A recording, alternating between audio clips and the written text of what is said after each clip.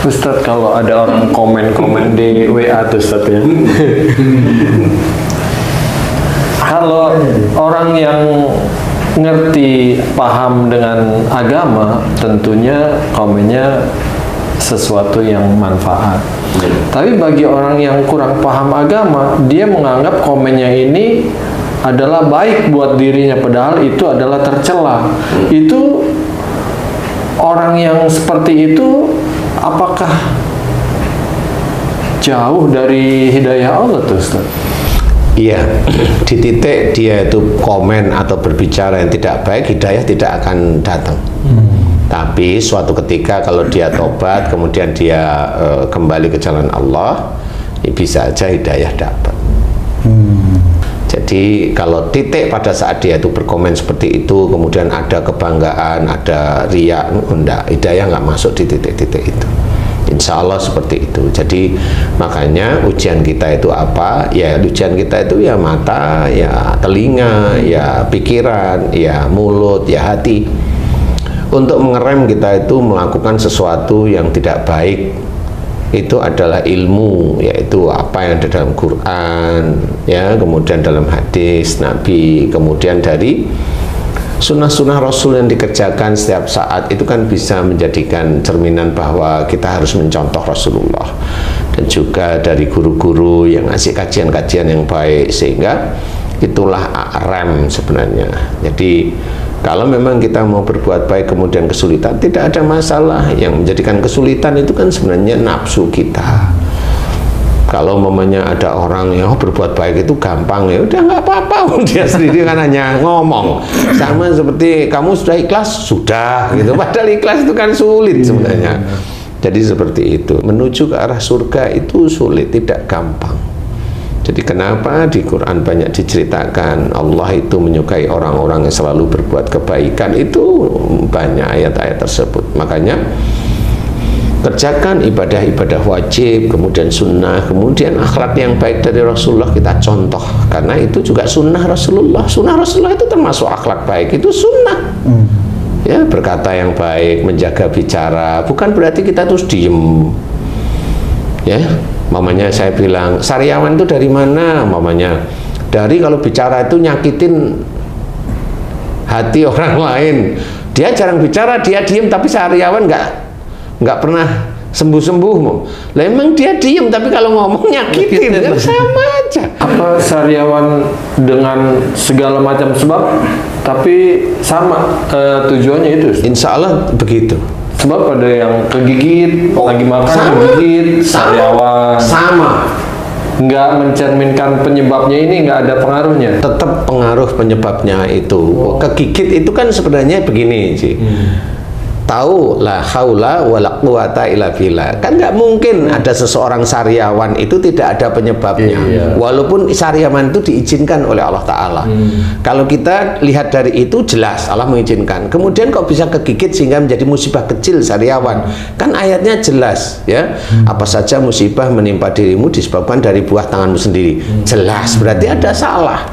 Titik mana salahnya? Kalau mamanya kegigit, berarti itu memang cara bicaranya itu juga yang menjadikan tidak nyaman. Kadang-kadang itu bicaranya ada kemarahan. Seperti itu aja.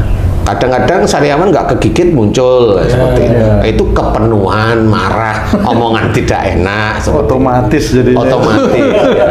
Jadi tetap aja berbuat baik semata-mata karena Allah. Tetap aja ingat bahwa kalau kita senantiasa dalam kehidupan sehari-hari ingat kepada Allah Ta'ala, insya Allah itu akan menjadikan kita beruntung di kemudian hari. Di kemudian hari itu apa? Hari ini maksud saya akhirat. Wadkurullaha katsiran la'allakum tuflihun. Jadi banyak-banyaklah mengingat Allah agar kamu beruntung. Jadi mengingat Allah itu di dalam semua keadaan kita selalu ingat kepada Allah Ta'ala, sehingga kita dalam pembawaan sehari-hari memang ingat Allah terus. Tidak hanya cuma zikrullah, nah ingat aja perilaku sehari-hari, mau ngomong direm, wah ini mau ngomong ngawur nih, direm aja dengan istighfar. Kemudian kalau udah tenang, bertasbih atau muji Allah.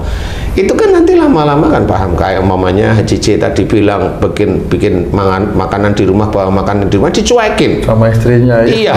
Tapi kalau saya gampang, loh bisa aja dicuekin kenapa? Kan ceritanya gampang, Haji J bawa makanan di rumah, tapi oleh istrinya dicuekin. Nah, pertanyaan saya adalah istrinya ngelihat nggak?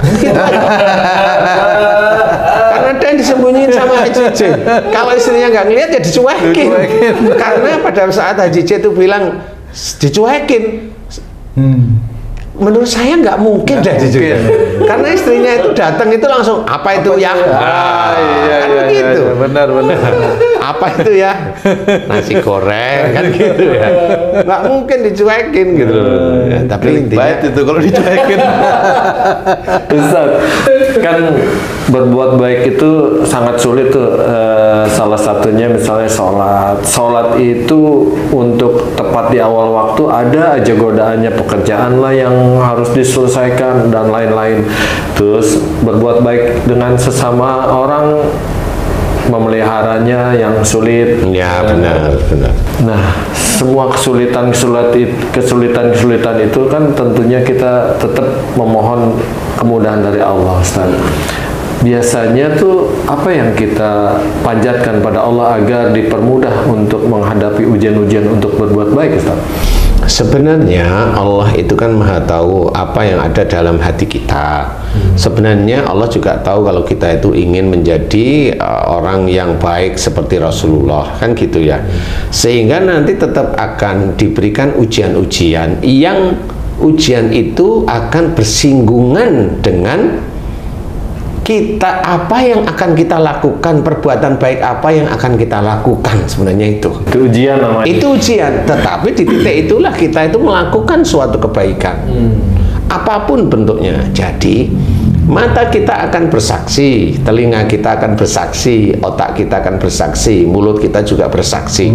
Nah, itu bersaksi karena apa? Nah, pada saat kita menggunakan di dunia inilah sebenarnya kalau kita tahu bahwa semuanya akan bersaksi, sehingga menjadikan kita itu menjaga semuanya. Jadi kita harus pahami bahwa ujian untuk kita melakukan perbuatan baik itu tidak gampang. Ya, selama kita itu hidup di dunia, ujian itu tetap ada. Jadi kerjakan terus kebaikan demi kebaikan, dan kalau sudah mengerjakan, janganlah kita itu ada ujub atau riya atau bangga. Janganlah kita gembar-gemborkan tentang perbuatan baik kita, karena itu bisa menjadikan cederanya amal soleh kita di hadapan Allah Ta'ala. Jadi nggak perlu perbuatan baik itu kita omongkan. Ya, makanya ada tuntunan kalau kita itu dipuji oleh seseorang, wah kalau saya dulu nggak ditolong oleh Tung, saya nggak bisa. Wah, kalau orang biasa kan langsung gede kepalanya, badannya langsung membesar, kan gitu. Tapi langsung aja jawab kalau begitu, kalau saya itu dulu nggak ditolong sama Pak Tung, saya nggak bisa. Jawab aja walillahilham.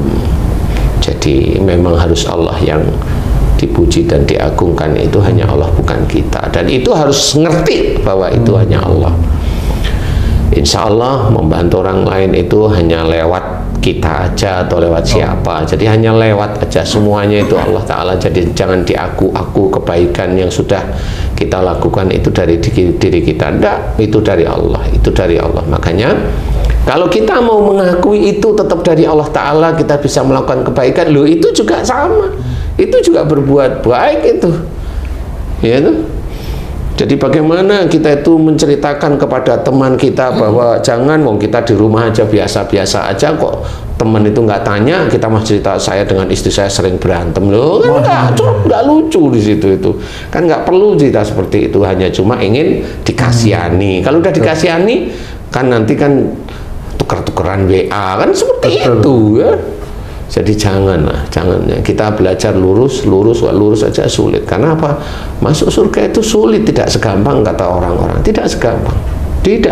Orang yang berceramah, kelihatan ceramah baik. Pada saat dia itu menghadapi kesulitan di dunia, ya pontang-panting bisa. Nggak ada orang yang gampang digampangkan sama Allah Ta'ala.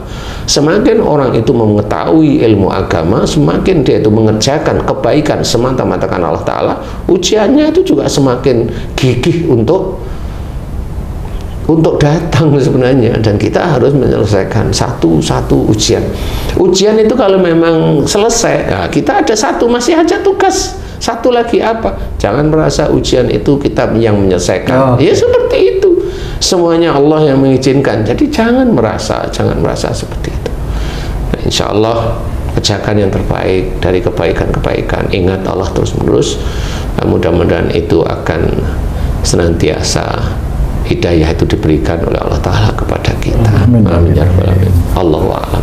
Alhamdulillah, terima kasih banyak Pak Ustadz penjelasannya. Sahabat beriman dimanapun berada, sampai di sini perjumpaan kita kali ini. Terima kasih atas perhatiannya. Billahi taufiq wal hidayah. Wassalamualaikum warahmatullahi wabarakatuh. Waalaikumsalam warahmatullahi wabarakatuh.